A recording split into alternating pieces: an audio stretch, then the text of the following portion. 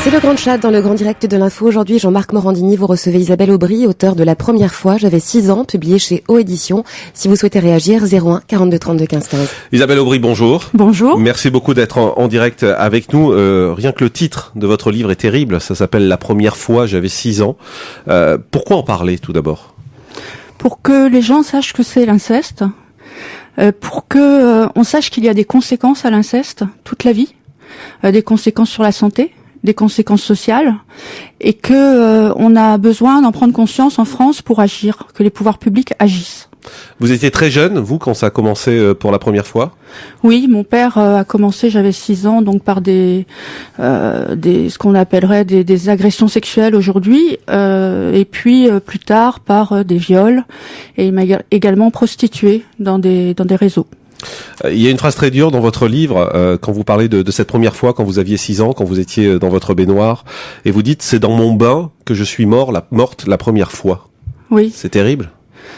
En fait, l'inceste fait ça, c'est-à-dire qu'on se tétanise, on se coupe en deux, l'esprit du corps, et après tout le travail de reconstruction consiste à redevenir une seule personne, et ça prend parfois la vie. Vous êtes parvenu à vous reconstruire ? Je continue à me reconstruire, c'est-à-dire que je suis toujours en soins. Depuis mes 23 ans, en fait, je suis en soins. Aujourd'hui, vous avez 43 ans. Et j'ai 43 ans, oui.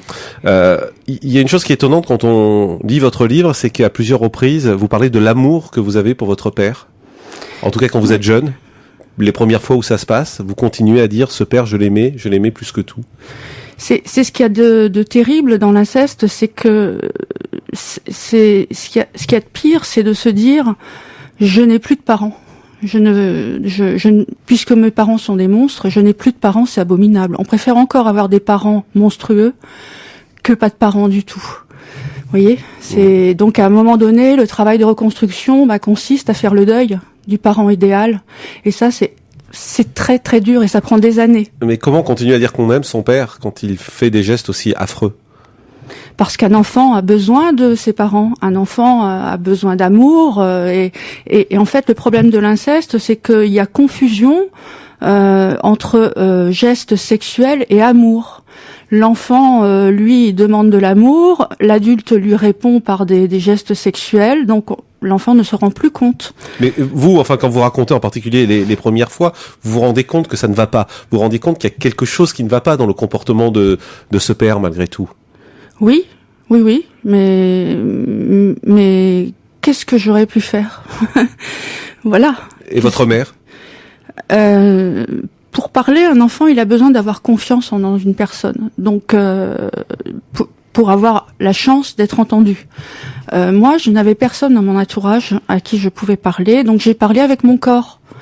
J'ai développé des maladies, j'ai commencé à fumer à 8 ans, j'ai commencé à voler dans le porte-monnaie de ma mère, à dire au secours, à faire pipi au lit, dire au secours, il y a quelque chose qui va pas, à changer mon comportement. Donc tout enfant qui change brutalement comme ça de comportement, il faut s'alerter.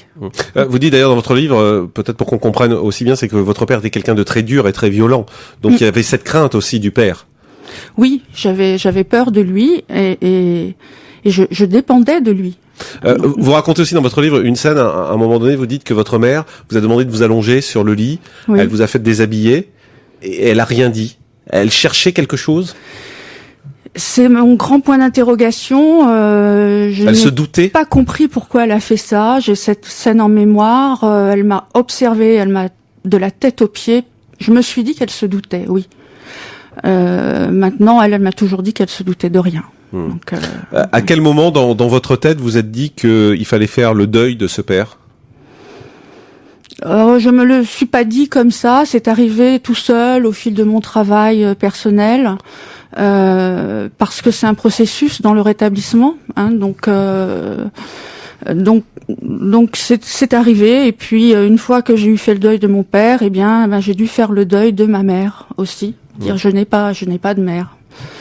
Je dis souvent, il y a pire que de ne pas avoir de parents, c'est d'avoir les miens.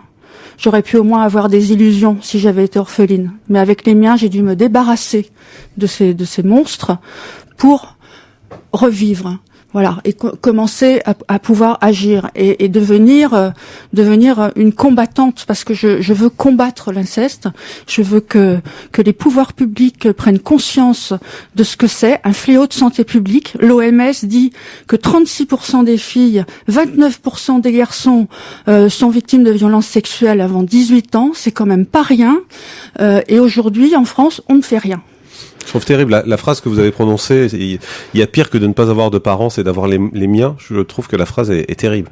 Bah oui, parce que le processus de deuil, par exemple, de ma mère m'a conduite à l'hôpital psychiatrique. Enfin, je veux dire, ça a été des années de souffrance. On se débarrasse pas comme ça d'un père ou d'une mère. Ce sont des êtres tellement importants dans notre vie. Moi, j'ai revu mon père en espérant qu'il ait changé. J'étais prête à lui pardonner. Vous étiez prête à lui pardonner? Mais bien sûr, rien que pour avoir un père. C'est tellement... Votre père a été condamné?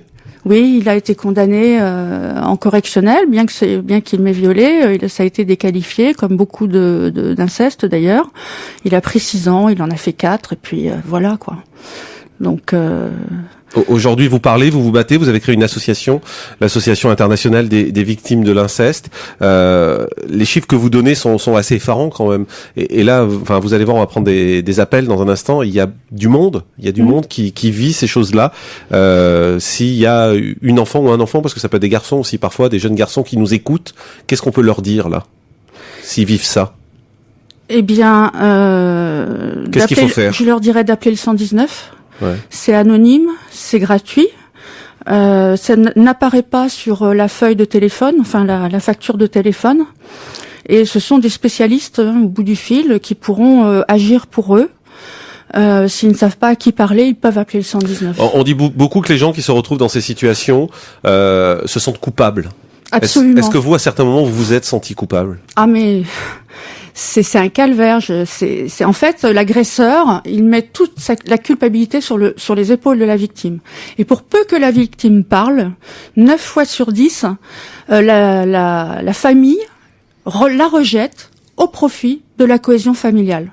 C'est la victime qui a brisé la famille, c'est la victime qui envoie l'agresseur en prison, c'est elle la coupable. Et dans la société, en plus, la victime, elle se sent tellement coupable qu'elle ne parle pas, elle a honte de dire qu'elle est victime. Les victimes de l'amiante ou du sida n'ont pas honte de le dire qu'ils sont victimes.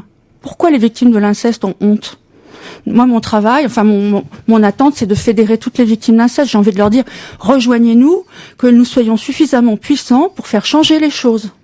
On vous sent encore très très ému quand vous parlez de tout ça. Mais je suis en colère. Moi, je suis en colère depuis mon enfance et ce que j'ai vécu, l'instruction que j'ai vécue, je souhaite pas ça à mon pire ennemi. Je supporte pas de savoir que des enfants vivent des choses pareilles tous les jours.